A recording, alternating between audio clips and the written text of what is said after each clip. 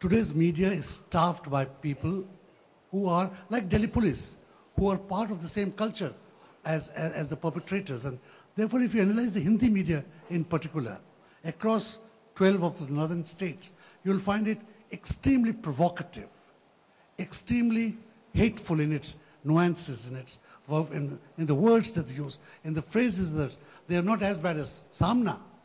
They don't have this one word for Muslims, but their own local nuances are as bad. And I think it'll be, the Editors Guild is seized of this matter, the Press Council is seized of this matter, but how do they purge and revive a media into its glorious days of the 40s and the 50s and the 60s is something that has to be done. Unfortunately, the electronic media makes it worse because the reactions are instantaneous. The camera focuses on something. What it focuses, it's just a highly editorialized coverage that you get on TV. It is not the camera looking at a 360-degree angle. It's focused on issues, it's focused on visuals to provoke, to say something, whether it's the Anna Hazare movement or the communal riots or whatever, or how they cover normal reports, analyses and reports that the government gives. Some of these reports are good reports. They're for a secular country. But secularism is not a selling point for the media at the moment, I think. There are quite a few more questions. I'll take two more batches. One is from Rupal Shah, that how much is the quality of justice governed by the corruption and mass participation of the people? Girish Bhave, that don't you think that the time has come to make elected representatives, police and judiciary directly accountable to the people? Hiral Bareja, as Indian constitution is the largest constitution, there are a lot of rules and laws which are set, but why does the implementation of these laws always lag behind? And where, therefore, does justice fail in this country? Okay. See, we are again in a democracy which is, let me give you one understanding of Indian politics, which I keep on telling my students in the class. Democracy in Western countries was a consequence of socio-economic development. It was a result of socio-economic development. First came the economic development, then society got changed, and then to fulfill the necessities of that society and economy came the democracy. In India, the process has been reversed. Here we adopted democracy to bring socio-economic transformation and development. So therefore, let us not equate our democracy, or let us not evaluate our democracy in comparison with the Western democracies. We are a democracy in comparison with those countries which became independent after 1945. So let us be very clear. These are the dilemmas of this democracy which came up in a situation where people were of a different type, not trained, etc., etc. And therefore, our democracy right from the beginning became a vote bank democracy. And even great sociologists have justified it, that caste was a genuine mechanism to mobilize people. People like Srinivasan and Andre Bhatt, so many others have justified that caste was a genuine process. So therefore, we started mobilizing people on these types of issues, etc. Then there came up market forces which made everything commodity, education, media, everything, and democracy has to make compromise, because some of us, we are all here sitting, will give our life for freedom of expression, whatever freedom that means, whatever media that says. All of us say censorship, no, nothing doing. How to control that? Again, a very big dilemma. So therefore, in these types of situations, as we say, the Constitution of India is, of course, one of the best in the world. But the processes of implementation are caught because of these types of situations, the type of party system we were able to evolve during last 60 years, the type of society which became, again, process of colonial, pre-colonial, past-colonial, and now neo-colonial situations. I'll just give you one example. There has been a recent study, I'm forgetting, some UN agency has made a study. They have said that in this present-day world, there are 4 things which are most lucrative enterprises. Most lucrative enterprises present are A, weapons, 2, drugs, 3, religion, and 4 education.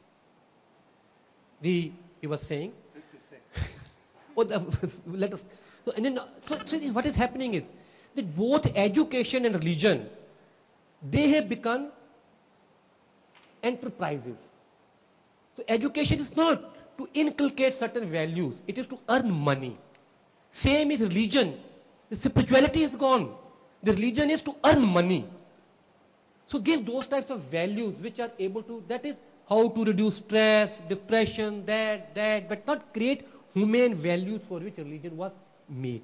So these are the situations which we are caught at this time. So therefore, nothing against constitution, nothing against democracy. As I told you, the times is, as Harsh said, that, and also said, there is a space for us to express our opinion, to fight for that. And only 2 things positives which have come during last 3-4 elections is that the role of this caste, community, etc., from electoral process is decreasing. Last Punjab elections, I studied myself. Earlier have studied these elections. Aberrations are there, points are there. Gujarat is maybe exception and all those things. But even in Gujarat, other factors played. So younger generation now is talking of performance and development, and keep on doing that. Make others also to take that elections are to be fought on the basis of performance and development, not on these things. The things will change. Now I request the panelists to take the last round of questions very quickly so that we do equal justice to the next panel who's patiently waiting. One is that, sir, why doesn't Harsh, why doesn't John contest the elections? Why are we waiting and always blaming those in power? Secondly, when political parties are making cross-party compromises, isn't it a very depressing scenario when it comes to justice and mass crimes? There's also a question related to fast tracking of courts, and I think this needs to be addressed because there's a lot of talking about fast tracking of justice. What does this mean for the process of justice? And there's a last question which is actually to the 3 of us vis-a-vis what John said. It's a question to Harsh, Dr. Narang and me, that what will we do about John's looking for a pro bono lawyer for the Kandhamal case. So there are these 3 questions. There was an earlier question that I did want to respond to because I thought it was a very profound and unusual question, which was, in the corruption of the justice system, are we also participant? And I think it's a very rare, in the whole debates about corruption, we don't talk about ourselves. And I think it's really important to recognize that the judicial system has been corrupted also by us. We use money, we make false statements, we tutor witnesses, we pay lawyers obscene sums of money to get us off the hook, etc. And I do believe, when we took up this work in Gujarat, we called it Nyayagrah. And one of the principles, and many friends have felt quite curious about it, all of us who fight, decide to fight cases with the victim, we make firstly a vow that we will always stick to the truth. Even if we are losing a case, we will not give a false statement. We will never give a bribe at any stage of the legal proceedings. And I think it is important to reclaim the righteousness of the justice process as participants and users of that, if we are going to expect justice to come from the other side of the table. I think that was, to me, a very important question to answer. The others, I won't really, I think I'll let the others. There was a very interesting question, why Harsh, myself, or John contest elections? It's a really very important question. Why? It's a very important question. And I intend, all of us. You see, the question is very important. And contesting election is very important. And now people have started doing that, directly or indirectly. One of my colleagues who has been very actively involved in election studies, Yogendra Yadav, I started with him in election studies. He is now part of this new party which has been called Aam Aadmi Party. Another colleague of mine from Delhi University, Prem Singh, contested elections of parliament. Of course, success is whatever it is. But my only humble submission is that more than contesting election is important is active participation in politics. Active participation in politics does not necessarily mean contesting election. This is what I have been telling my students all the time. I wrote a book, Indian Government Project, and concluded it well. So start active participation in politics. That is the first step. That means active participation means making people to understand politics, making people to participate in electoral forms, making people to participate in dharna, etc., etc., etc. Let us start from that process, and slowly most of you can also be get ready. Maybe our age has lost, but still we are preparing, and therefore the question is very relevant, and therefore all I have to be ready to participate in it. I don't participate I'm sorry, in. I have to keep reminding the panelists. I don't contest elections because I'm a half Telugu, half Malayali, Roman Catholic. Find me a constituency where I can fight, I will fight. But, no, he was a labor person, he fought in Bombay. But on the fast track court, since I'm deeply involved in the process in Orissa, first of all, the basic question, what cases go to fast track courts and what cases do not? What is the criteria? Who will decide? Is it a TV thing, or is it why are not judicial reforms so that everything is on a space, on a fast track? Secondly, in the fast track itself, what happens really? Do we have a witness protection program? What is the quality of investigation? What is the quality? The other things which I mentioned when I was talking in my main address, they still remain.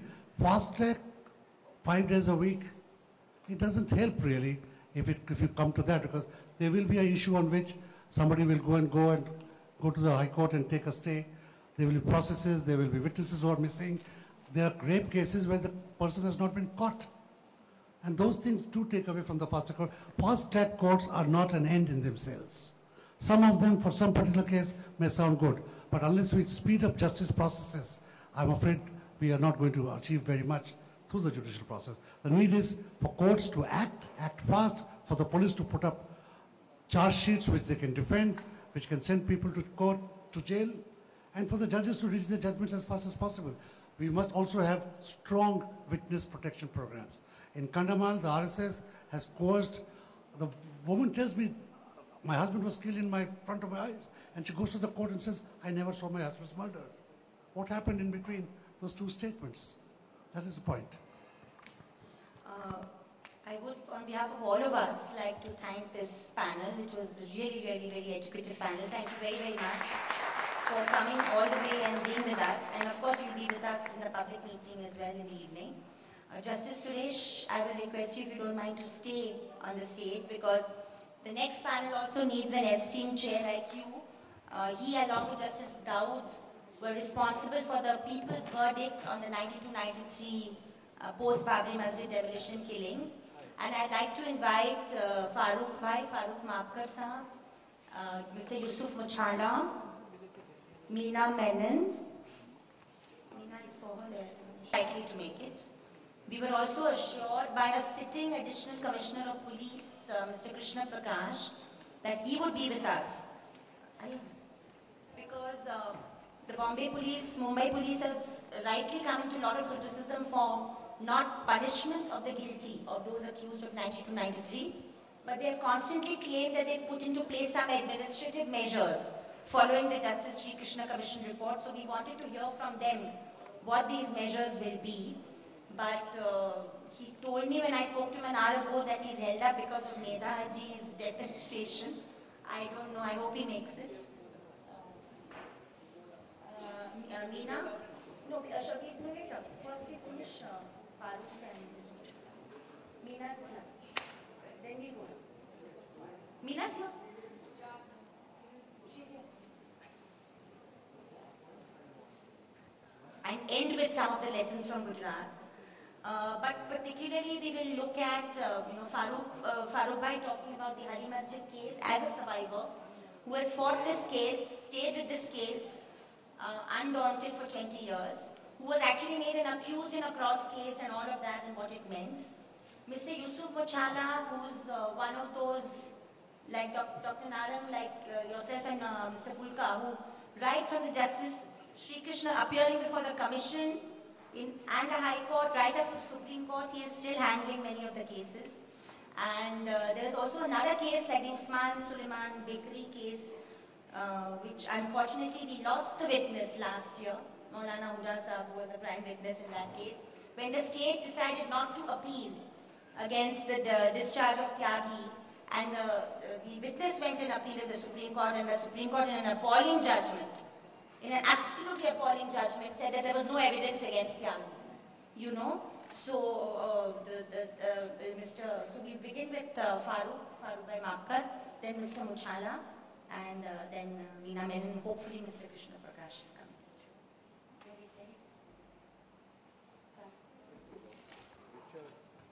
मुचाला साहब, दाऊद, मीना मेनन और हमारे दूसरे जज साहब, क्योंकि 90 to 93 के जब rights हुए थे तो हम लोग काफ़ी मतलब उदास थे और इतना मतलब हमें प्रॉब्लम था कि हम लोग कि हमारे एरिया बहुत शांत था, लेकिन फिर भी एक डर सा महसूस हो रहा था बाबर मस्जिद शहीद होने के बाद कि मुंबई को हुआ क्या है। तो लेकिन उसके बाद भी हम लोग बहुत खामोश थे, लेकिन क्योंकि हमारे एरिया में शांत था, लोग कहीं दूसरे एरिया में हम लोग देख रहे थे कि दंगे हो रहे हैं, लेकिन हमारे एरिया में ऐसा कुछ नहीं हो रहा था। लेकिन इत्तेफाक की बात है कि 10 जनवरी 1993 को जब हम लोग दोपहर के वक्त जब हम लोग घर में थे, अचानक फिर कुछ ऐसे लोग आते हैं, दंगा करते और चले जाते थे, लेकिन कुछ नहीं होता था। लेकिन उसके बावजूद, और मैं 11:30 बजे हमारे एक बाजू में एक एडवोकेट जीडी गोक्षे के यहाँ पर था, वहाँ पर जाने के बाद मैं जब वहाँ पर गया, उनसे कुछ बातें कर रहा था और मेरे साथ में और भी 4-5 मेरे साथी थे, उनके साथ में गया वहाँ से। फिर उन्होंने वहाँ पर एक हमारे एमएलए जो आज कांग्रेस में, उस वक्त शिवसेना में थे, उनका नाम कालिदास कोलंबकर था। लेकिन मैंने बहुत सी बातें हाईकोर्ट के अंदर, मतलब जब मैंने श्री कृष्ण कमीशन को एफिडेविट दिया था, उसके अंदर बहुत सी बातें लिखी थी और उसके बाद उसमें क्रॉस भी हुआ। तो जीडी गोक्षे के घर पर था और उस वक्त मैं जीडी गोक्षे के घर से फिर नमाज का वक्त हुआ तो मैं वहाँ से निकल कर मैं मस्जिद में गया और मस्जिद में जब दाखिल हुआ, लेकिन उस वक्त आज़ान होने का वक्त था और मैं वजू करके जब अंदर बैठा तो देखा कि पुलिस की वैन आई है सामने और उन्होंने फायरिंग करना शुरू कर दिया। लेकिन आज तक मैंने ये नहीं बताया कि सीबीआई को भी मैंने नहीं बताया, लेकिन आपके सामने भी बता रहा हूँ, क्योंकि जब जो जीडी गोक्षे जो थे, जिनका मैंने श्री कृष्ण कमीशन में भी ये किया कि मैं उनके घर पर था, लेकिन उन्होंने कालिदास को वहाँ से फ़ोन किया और उनसे बात कर रहे थे, लेकिन उन्होंने बात क्या की ये मुझे नहीं मालूम, लेकिन यहाँ पर से वो बता रहे थे कि यहाँ पे दंगा हो रहा है, लोग तकलीफ दे रहे हैं, कुछ लोग आ रहे हैं। लेकिन उसके बावजूद मैंने ये सब चीज़ इसलिए नहीं बताया क्योंकि मुझे वो सीक्रेसी मेंटेन करनी थी, तो मैंने मेंटेन किया था। तो उसके बाद जब मैं वहाँ से मस्जिद में गया, मस्जिद में जाने के बाद अचानक देखता हूँ कि पुलिस आती है और फायरिंग करना चालू करती है। लेकिन वहाँ पर जितने मस्जिद में नमाज पढ़ने के लिए लोग आते हैं वो सब डरे रहते हैं और वो अपनी जान बचाने के लिए अलग ही, और वो वहाँ पर फिर वो एकदम उनको गोली लगने के बाद वो वहाँ पर तड़प रहे थे, तो मैंने उनको बाजू में किया और मैं उस जगह पर बैठ गया। तो दूसरी गोली जब देखता हूँ कि मुझे गोली वहाँ से आकर लग गई, मैंने देखा, क्योंकि वो इंस्पेक्टर को मैं जानता नहीं था, सिंधल नाम जानता था, लेकिन उसके बाद जब वहाँ पर हम लोग अंदर थे, मुझे गोली लगी, मैं अंदर था, लेकिन हम लोग इतने डरे थे कि हमारी हिम्मत नहीं हो रही थी कि हम मस्जिद के बाहर निकले। लेकिन वहाँ पर एक पुलिस की टीम के साथ में एक सीआरएफ के भी कुछ लोग थे, वो पुलिस वाले हमको माँ और बहनों की गालियाँ दे रहे थे, लेकिन हम लोग खामोशी से अंदर बैठे क्योंकि हम कुछ नहीं कर पाते, इसलिए हम लोग जितने अंदर मस्जिद के अंदर लोग थे वो खामोशी से बैठे थे। फिर वहाँ पर सीआरएफ का एक नौजवान था, वो अंदर से बाहर से बोल रहा था कि भाई आप लोग फायरिंग किए बहुत हुए, भी बस करो, लेकिन फिर भी पुलिस वाले मान नहीं रहे थे, वो फायरिंग हम पर कर रहे थे। लेकिन उसके बाद जब हम लोगों ने इतना होने के बावजूद हम खामोश रहे, फिर उससे सीआरएफ ने कहा कि भाई आप लोग दरवाज़ा खोलो, आपको कोई कुछ नहीं करेगा। जब हमने दरवाज़ा खोला तो देखा कि मैंने खुद अपने उसके करीब, जब मैं 4 या 5वें नंबर पे था, मैं मस्जिद से जैसा दाखिल हूँ बाहर निकला तो एक शमशुद्दीन नाम का एक लड़का था जिसके पैर में गोली लगी हुई थी, और वो गोली लगने के बाद पैर से जब वो निकला वहाँ से और तड़पते जब भाग रहा, मतलब निकल कर चल कर आ रहा था, तो इंस्पेक्टर निखिल कापसे के पास गया तो उसने करीब से उसको गोली मारकर वहीं पर वो ख़त्म हो गया। लेकिन इतना होने के बावजूद पुलिसों ने हम पर कोई रहमदिली या कुछ नहीं रखी। वहाँ पर फिर जब हम लोग कोर्ट में वहाँ पर जब देखा मैंने कि हमको एक लाइन में बिठाया गया, बिठाने के बाद वहाँ से एक पुलिस की वैन आई, वैन आने के बाद हम लोगों को मस्जिद से आरे किडवाई मार्ग पुलिस स्टेशन में ले कर गए। वहाँ पर मौजूद शिवसेना के लोग जो थे वो गालियाँ दे रहे थे, जाना पाइजे पाकिस्तान, तना पाटवा कब्रस्तान, मतलब ये नारे लगा रहे थे, जिनको चाहिए पाकिस्तान उनको भेजो कब्रस्तान, ऐसे नारे लगा रहे थे और चौकी के अंदर मौजूद थे और मतलब उस कंपाउंड के अंदर मौजूद थे। लेकिन पुलिसों ने उनके ऊपर कोई कार्रवाई नहीं करते हुए सिर्फ वो हम लोगों पर कार्रवाई किए और उसके बाद जब हम लोगों को आरे किडवाई मार पुलिस स्टेशन में लेकर गए तो उस वक्त भी किसी पुलिस वाले के हाथ में हॉकी स्टिक, किसी के बैट और कुछ अलग अलग थे। उन्होंने हमको मारा और हम लोगों को अंदर, फिर हम अपनी जान बचाकर अंदर की तरफ गए।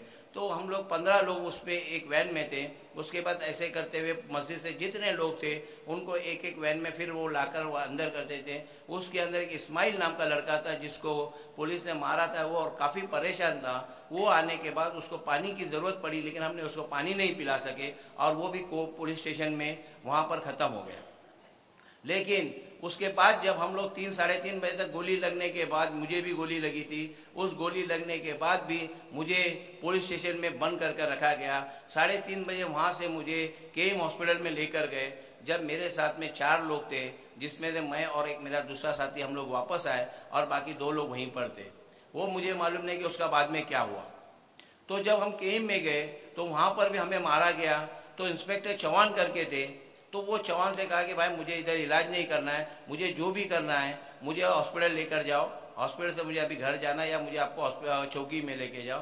तो रात के जब 7-8 बजे थे तो वहाँ पर निखिल काप से लंगड़ते हुए जब आए तो एक हवलदार जो मेरे साथ था वो बता रहा था साहब आए। तो क्योंकि मैं उनका चेहरा देखा था इसलिए मैं जानता था, तो उन्होंने निखिल कापसे का नाम दिया। तो मुझे मालूम पड़ा कि यही वो निखिल कापसे जिन्होंने हम पर फायरिंग की।